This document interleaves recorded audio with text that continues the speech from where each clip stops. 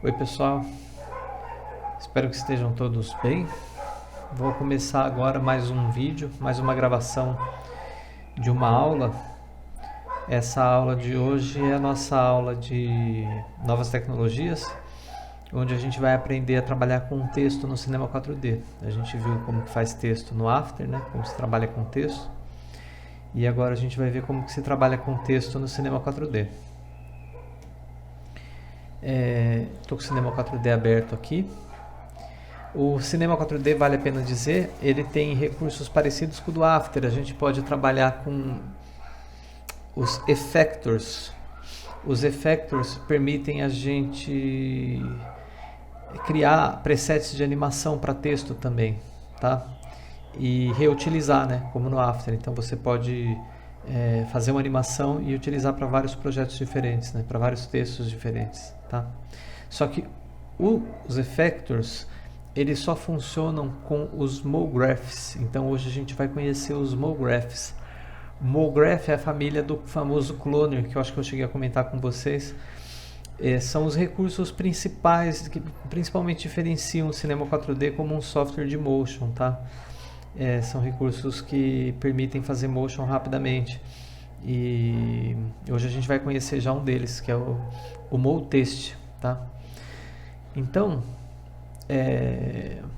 vamos lá para o Cinema 4D. O texto, como eu comentei no After, ele é uma informação de vetor, né? Então, eu vou encontrar uma ferramenta de texto entre as ferramentas de curvas, tá? Você poderia vir aqui, por exemplo, onde a gente veio na canetinha, né? Onde ficam os meus splines. Existem os primitivos de curvas, né? Que a gente não chegou a usar. Helix, circle e por aí vai, né? Quadrado, né? E aqui entre eles, a estrela aqui, ó. E entre eles aqui, o texto, tá? Então, quando eu habilito a curva texto, ele vem para mim com uma curva, isso aqui é um NURBS. Se eu renderizar isso aqui, e a gente vai começar a falar um pouco de render também, ó, quando eu quero ter um preview rápido do que eu estou vendo na tela, existem essas três claquetes aqui. Esse é o preview rápido, esse é o render final, e aqui são as configurações de render, tá? Por isso que tem essa engrenagemzinha. Então, quando eu clico nessa primeira claquete, eu percebo que não aparece nada, né? Isso aqui é somente uma curva. Eu não extrudei ela, eu não fiz nada com ela, tá? Então, se eu quiser de fato que ela seja visível, eu preciso usar um modificador, um gerador que a gente já viu na aula passada, quando a gente fez a taça NURBS, né? A gente usou o torno, né? Que é o lat. E antes de usar o lat, eu mostrei para vocês que existe o extrude para curvas, né? Então, quando eu jogo o texto dentro de um modificador extrude, aí sim ele passa a ter algum volume, aí sim eu consigo renderizá-lo, né? Eu consigo ver o volume dele, tá? Então, esse texto da curva, né, que fica aqui vocês vão encontrar ele tanto nesse menuzinho de curvas, como aqui em Create, Splines, né? Ele está aqui também, ó, texto, tá? Ele obrigatoriamente precisa ser extrudado, tá? Para ter algum volume. Ah, professor, e se eu usar o lat no texto? Vamos ver o que acontece? Olha só que legal. Ele rotacionou a palavra texto, né? Então, o que a gente está vendo aqui, se eu diminuir o ângulo desse lat, eu vou ver que é a palavra texto, né? Fazendo um movimento de rotação, um movimento de torno, tá? Então é um extrude curvado, bem dizer, né? Dá para ficar mais claro aqui para a gente que o lat nada mais é do que um extrude curvado. Então ele é uma curva, então isso tem suas vantagens, né? Como ele é uma curva, eu posso usar diversos recursos de curva para trabalhar com ele, tá? Mas não se compara ao MoText, que a gente vai ver na segunda metade, tá? Vamos focar um pouco nessa ferramenta de texto agora. Então, essa ferramenta de texto, quando eu clico nela, eu venho aqui em atributos, eu tenho aqui algumas configurações, não é tão rico em configuração como o After, né? Mas dá para a gente configurar algumas coisas nesse texto. por exemplo, o que está escrito, né? Então, eu não preciso escrever, eu não preciso fazer com que esteja escrito texto, né? Eu posso colocar o texto que eu quiser aqui, tá? Eu também tenho a questão do alinhamento, ó, ele está alinhado à esquerda da origem da cena, né? Então, se eu quiser que esse texto seja centralizado, aqui embaixo alinhamento, middle, né? E aí ele fica centralizado em relação à origem, né? Eu escolho fonte, como no After, né? Como não pode deixar de ser. Então, aqui todas as fontes que estão instaladas aparecem, né? Eu vou de novo naquela Typography, que eu gosto dela, Typography Pro, né? A mesma que a gente usou no After. Aqui a família, né? Extra bold, semi bold. A extra bold dela já é automaticamente maiúscula, né? Aqui eu não tenho o All Types como no After. Então, se eu estivesse trabalhando com uma fonte semi bold, né? Se eu quisesse tudo maiúsculo, eu teria que realmente usar o Caps Lock ou o Shift, né?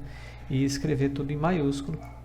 Reparem que o texto só atualiza a hora que eu clico fora aqui, tá? Eu edito o texto, eu preciso clicar fora para ele atualizar, tá? Também não tenho aqueles recursos de falso bold, né? False bold, falso itálico, então é mais limitado do que o After. Mas eu tenho espaçamento vertical, né? Que seria o entre linhas, e espaçamento horizontal, que é o entre caracteres, né? O nome é um pouco diferente, né? Uma das coisas legais aqui é que eu tenho como habilitar esse Show 3D GUI, alguma coisa com User Interface. Sempre que vocês tiverem dúvida de algo no Cinema 4D, uma coisa que eu não mostrei ainda é que duas coisas que eu acho muito legais do Cinema 4D.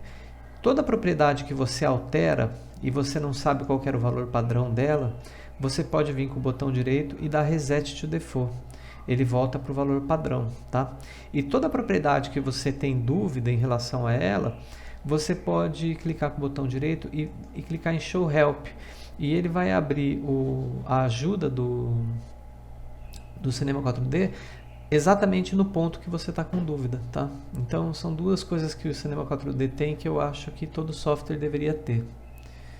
Vamos ver se a gente acha aqui o significado de GUI. Não fala o significado. Pelo menos assim, olhando por alto, eu não achei.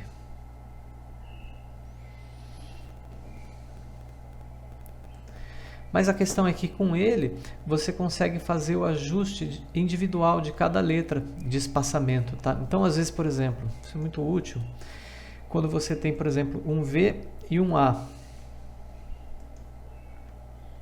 Então, vamos supor que eu tenho aqui um V e um A. E o espaçamento entre o V e o A, como eles têm esse encaixe perfeito, né? Às vezes você mexe no espaçamento horizontal, todas as letras já estão grudadas e o V e o A continuam separados. Então você pode vir aqui e ajustar, tá? É isso que esse kerning faz. Você pode habilitar essa visualização dele e alterar o kerning letra por letra, tá? Coisas que também outros softwares poderiam ter. O mesmo o O e o V aqui, você vê que não está muito legal, né? Poderia ser mais próximo. O V sempre é um pouco problemático, né? E basicamente são essas opções de texto, tá? Agora tem uma segunda gama de opções que elas não estão vinculadas ao texto exatamente, mas ao extrude, né? Então é no extrude, no gerador extrude, que a gente vai definir, por exemplo, a espessura dessa letra. Então eu tenho aqui na abinha objeto, quando eu clico em extrude, esse movimento XYZ aqui, tá? 0 de X. Ó, se eu quiser fazer um extrude no X, ele dá uma deformada estranha na letra, né? 0 de Y para cima, tá vendo? Mas o que vai mexer na profundidade mesmo, é o único que está com valor aqui, que é o 20, é o Z, né? Então eu posso deixá-la mais grossa, mais espessa, né? E outra coisa que eu posso fazer é vir aqui em Caps, né? Nesse menuzinho Caps, do lado de objetos, e definir um valor de chanfro, né? Chanfro é para não deixar essa letra, ela totalmente, essa quina totalmente reta, né? Totalmente seca. Então, eu tenho aqui a opção de bevel. Bevel, vocês devem conhecer talvez o Photoshop, né? Bevel significa chanfro, né? Então, se eu aumento o valor aqui, ó, eu começo a criar uma curva, né? Um detalhamento, né? Na borda da letra. Aí esse detalhamento ele é relacionado com a tampa, né? O cap frontal, que é esse Start Cap, ó. Então eu também posso desabilitar aqui, por exemplo, o Start Cap, ela vai ficar vazada, né? E o fundo, que é o End Cap, né? O End Cap é a parte de trás, né? Então o chanfro, vocês vão ver, o bevel, ele vai só funcionar, ele não vai funcionar na lateral, ele vai funcionar onde tem caps, né? Na frente e atrás. E além do tipo, do tamanho desse chanfro, eu posso definir vou colocar 4 aqui, um tipo, se ele é curvo, se ele é o round, se ele é arredondado, né? O curvo, não é que ele é curvo, na verdade, ele vai seguir a orientação de uma curva. Então eu posso desenhar aqui como que eu quero esse chanfro, né? Ele vai seguir essa curva, né? Então primeiro ele engrossa, depois ele afina, depois ele engrossa de novo, né?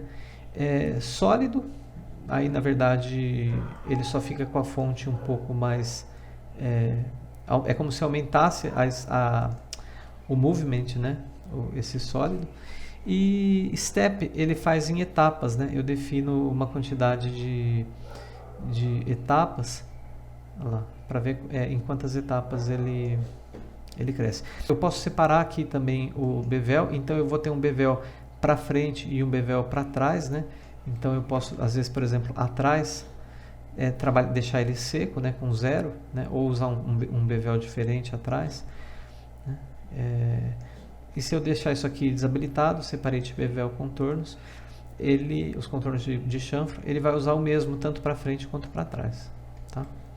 Então eu vou pôr aqui bem básico, um round, né? E vou deixar ele um pouco mais fino, tá?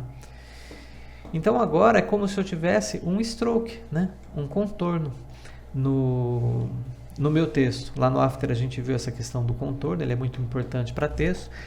Mas vai parecer mesmo um contorno se eu agora criar um material e definir uma cor diferente para o preenchimento e uma cor diferente para o contorno, né? Aí sim que isso aqui vai salientar como um contorno, né? Então eu vou criar aqui 2 materiais, né? A gente já viu que para criar um material básico é só dar 2 cliques no gerenciador de materiais, né? Aqui nessa janela que gerencia os materiais. Eu vou só mexer com cor, tá, gente? Não vou trabalhar com nenhum tipo de recurso, assim, de reflexo, de nada, transparência. Então, fiz um amarelinho e vou fazer também um azulzinho aqui, né? E aí, eu vou jogar...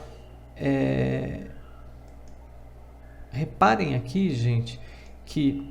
existe uma nomenclatura, se eu vier aqui em Selections, vocês vão ver que existe uma nomenclatura para a parte de dentro do texto, né? Que é o chamado shell, a concha, né? O cap, ele é C1, o cap da frente é o C1, o cap de trás é o C2, o bevel da frente é R1 e o bevel de trás é R2, tá? Então essa nomenclatura é bom a gente conhecer, memorizar na verdade, tá? Porque quando eu quero aplicar um material diferente no mesmo objeto, quer dizer, nesse mesmo extrude, eu vou querer, vamos dizer, jogar a cor amarela como a cor principal, né? E a cor azul eu quero colocar ela só no bevel, no chanfro frontal. Então eu jogo esse azul por cima, ele vai preencher, ele vai ocupar o lugar do amarelo. Na verdade quem está na frente aqui é quem manda, né? Então o azul está mandando. Só que aqui nos atributos desse material tem um campo seleção. E nesse campo seleção eu posso digitar C1. O C tem que ser maiúsculo, tá, gente? C, na verdade, é o cap, né? Não é no C1 que eu quero, é no round 1, R1. E aí, esse material, ele vai pegar só na borda, tá? Só no chanfro, né? Então, agora eu posso vir aqui, aumentar, de repente, esse chanfro. Se eu aumentar demais, ele vai ficar estranho, né?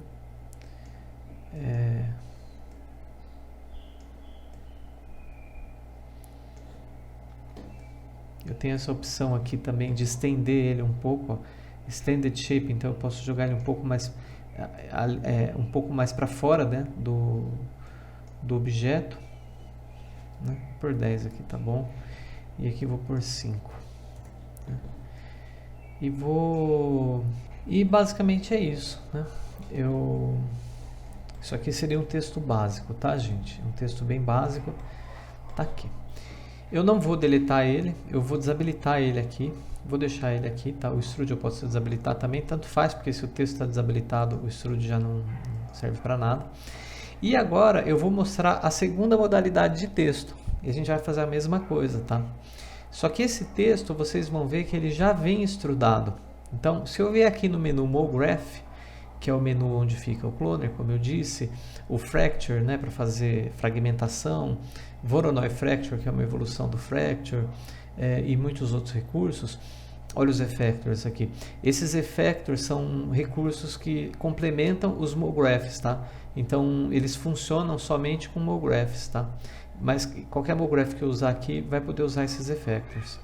Então, eu venho aqui e seleciono o MoText. Aparentemente igual, ele começa escrevendo text, né? Vou na binha objeto, mudo o texto aqui para audiovisual de novo, mudo a fonte, vou pôr de novo a typography Pro e o alinhamento middle, né? Como que estava? Ele estava 200, estava com menos 15 de espaçamento.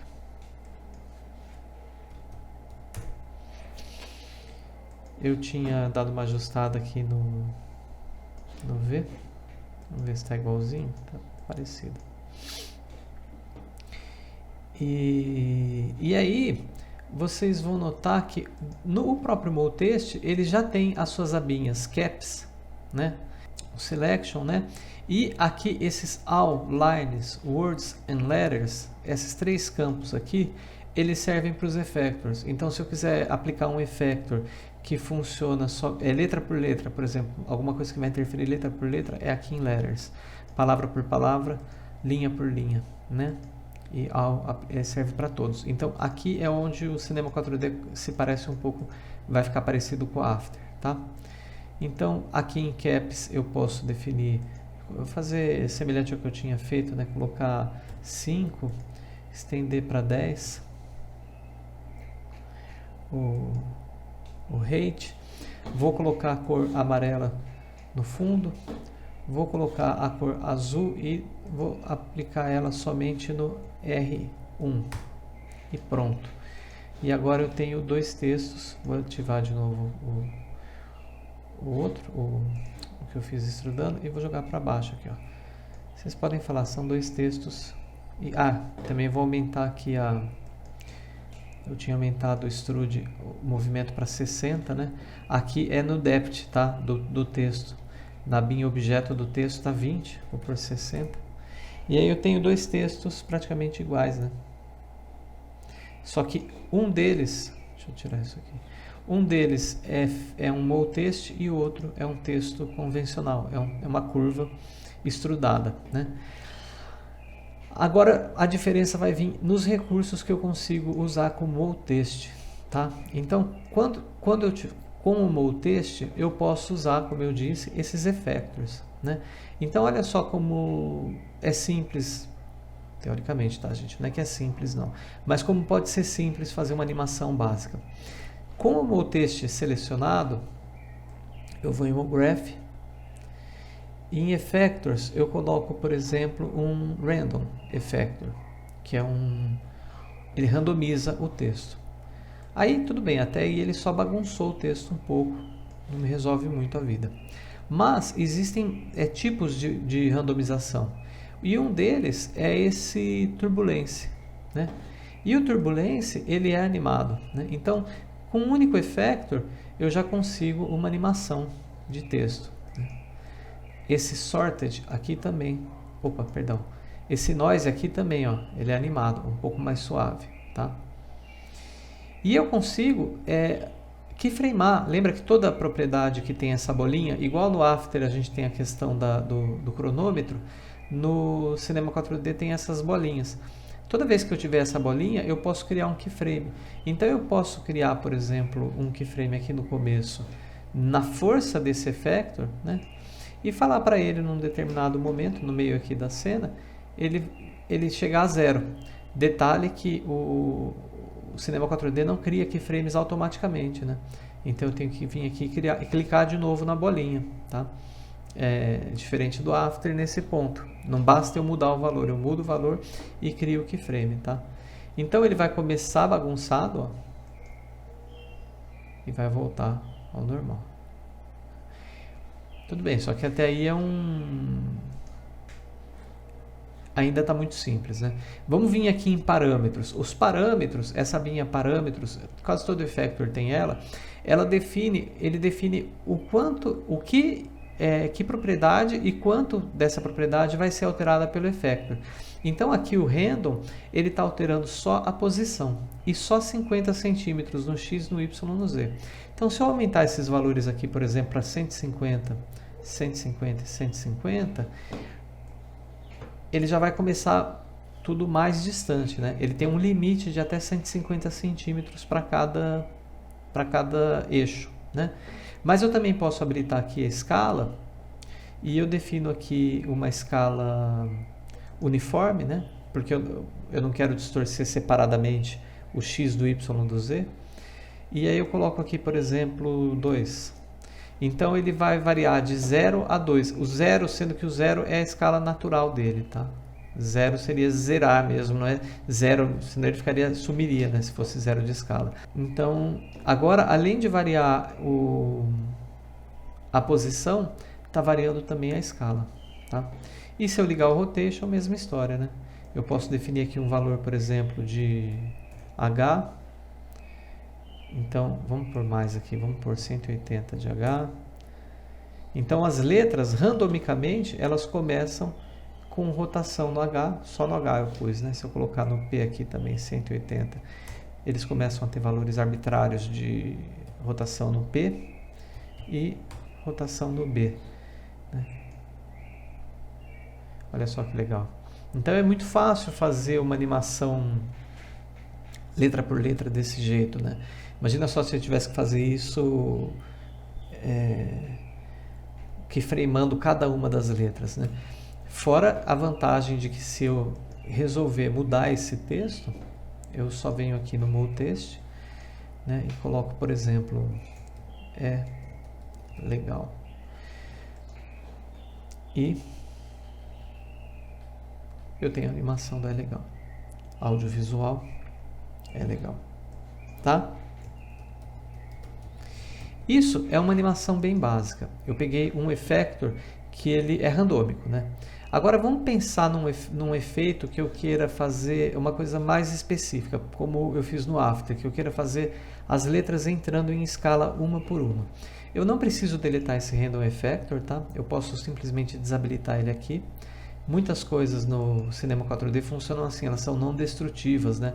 Eu não preciso ficar deletando as coisas, eu posso só desabilitar. Esse MoText, como que eu sei que esse random está aplicado no MoText? Porque quando eu criei o random, eu estava com o MoText selecionado. Então, ele jogou o random automaticamente aqui em Letters, porque por padrão ele aplica nas letras, tá? Em Word está vazio, em Line está vazio, em All está vazio, mas em Letters está o random. Se eu não tivesse com o MoText selecionado e tivesse criado um effector, agora eu vou criar um effector diferente aqui, ó. MoGraph, effector. Eu vou criar o Plane Effector, que é o mais básico de todos, tá? É o que a gente vai aprender a mexer agora. O Plane Effector, ele é para animações bem básicas, tá? Então, ele não foi aplicado no MoText, ó. Só tá o random aqui. Então eu tenho que pegar esse plane e jogar ele aqui. Aí ele vai usar o plane. Quando você quer reutilizar um effector, você está usando num determinado MoGraph, você quer utilizar em outro, é só jogar aqui assim, tá? Eu desabilitei aqui o handle, eu poderia ter desabilitado aqui também, dá na mesma, tá? Posso desabilitar ele direto aqui no MoTest. Eu prefiro desabilitar aqui porque eu vejo ele mais frequentemente, eu vejo que ele está desabilitado, tá? E o Plane Effector, o que ele faz? O Plane Effector não tem aquelas opções do handle, né? Aquelas randômicas lá de noise, tipos de random e tal. Mas ele tem os parâmetros, né? Ele também tem os parâmetros. E ele só está com um parâmetro ligado, que é o parâmetro de posição. E o position dele está 100 no Y. Então o que ele está fazendo? A lógica é a mesma do after, tá? Ele está deformando esse MoTest, fazendo com que todas as letras simultaneamente sejam deslocadas 100 centímetros no Y, tá? Se eu colocar um valor aqui de X, todas as letras vão deslocar no X. Se eu colocar um valor de Z, todas as letras vão deslocar no Z. E como que eu faço para essas letras voltarem ao normal? Lembra do Range Selector, do After? Que a gente tem um seletor que eu defino o quanto daquele texto está sendo influenciado pela modificação? Aqui eu tenho esse fall-off, tá? Então esse fall-off é quem vai definir a área do texto que está sendo utilizada, que está sendo deformada pelo effector, tá? Então aqui ele fala para dar um clique duplo, só que se eu dou um clique duplo, ele já pega o último tipo de recurso que tinha sido utilizado. Então se você quiser escolher antes o tipo de modificador que você vai usar, vocês devem estar com a imagem tampada aí pela minha câmera, né?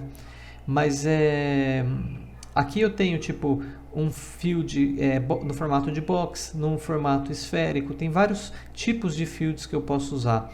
O mais básico deles é o linear field, tá? Que é uma linha. Então eu vou ligar um linear field aqui. Então esse linear field, ele vai me mostrar, é um campo linear que vai dizer qual parte do texto que vai ser afetada. Então conforme ele anda, ele muda, né, a parte do texto afetada. Então vamos supor que eu quisesse, como eu disse, fazer ele crescer em escala, né, letra por letra. Eu desabilito o position, habilito o scale, né, ligo aqui a escala uniforme, né, e venho aqui com o valor de -1. Né? -1 é 100% negativo, né, a escala. E aí eu só preciso animar esse linear field, né?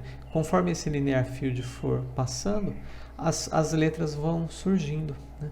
Então eu venho com ele aqui agora nas coordenadas dele mesmo, no position, né? Então eu vou vir aqui no começo da cena, vou criar um keyframe de position e lá em 45 de novo eu vou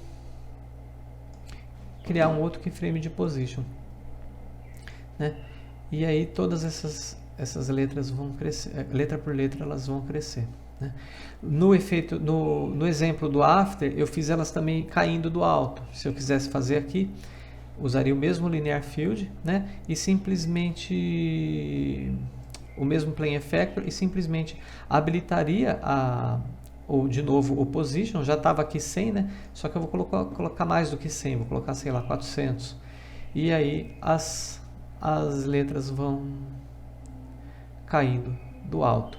Se eu quisesse fazer exatamente o que eu fiz no after agora, por exemplo, e quisesse fazer as letras também rotacionarem, né? Aí eu precisaria, seria melhor, né, trabalhar com o segundo plane effector, porque aí eu teria esse segundo plane effector com o fall off desligado, né? Então eu viria aqui no MoTest, já com o MoTest selecionado, vou lá em Effector, escolho mais um Plane Effector, né? E esse Plane Effector eu desabilito o Position e ligo o Rotation. E lá no After a gente fez a rotação de assim, né, das letras. Elas rotacionaram 3 ciclos. Então, aqui como eu disse, eu não tenho essa questão do ciclo, né? Então, se eu quiser fazer elas girarem 3 vezes, eu tenho que dizer, tipo, 3... eu tenho que fazer a conta, né? 3 vezes 360. E aí ele calculou para mim que é 1080. Se eu tivesse jogado mais Nintendo 64, eu ia lembrar que é 1080. Olha lá. Tá? Lógico que agora eu ainda teria que mexer na curva de velocidade para ficar igual aquele exemplo do After, né? Mas a ideia não é também ficar igual. Na verdade, eu já fiz parecido demais, né? Posso renomear aqui, né? Então esse aqui, mesma coisa do After. Esse aqui é o plane. Eu ponho aqui plane de escala e posição, ó, SP. E esse aqui é o plane de rotação, só para eu saber qual que é qual, né? O random está aqui desligado. Se eu ligar o random agora, vamos ver a bagunça. Na verdade o random até sumiu um pouco nesse rotation. Não quero usar o rotation, desabilito ali, ó. Quero usar o random e não quero usar o rotation. Então é muito não destrutivo, né? Você vê, a gente pode ficar experimentando qual que é a melhor configuração e alterar o texto a qualquer momento, tá? Então vale muito a pena aprender a trabalhar com essa ferramenta para fazer motion de texto, né? Em 3D muitas vezes é uma coisa requerida. O Cinema 4D faz isso com grande facilidade, tá? A gente não vai se aprofundar mais em nada, nem em render, né? A gente ainda vai ver essa questão do render. Na próxima aula a gente vai ver onde que renderiza, como que renderiza. Essa aula aqui já ficou meio longa. E é isso. Eu espero vocês então nas aulas presenciais para tirarem dúvidas. E boa semana para todos.